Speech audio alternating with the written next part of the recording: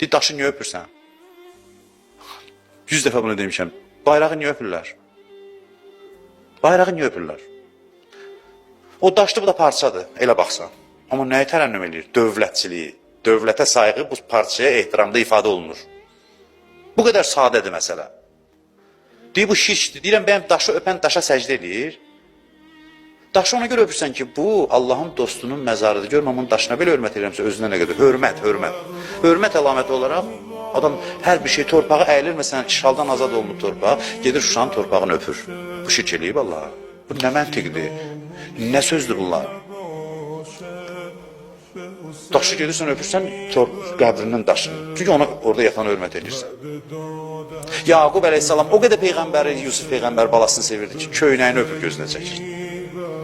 Köynəyini gözünə çəkirdi. Bunlar hamısı eşqdə lazım olan məsələlərdir, vacib olan məsələlərdir.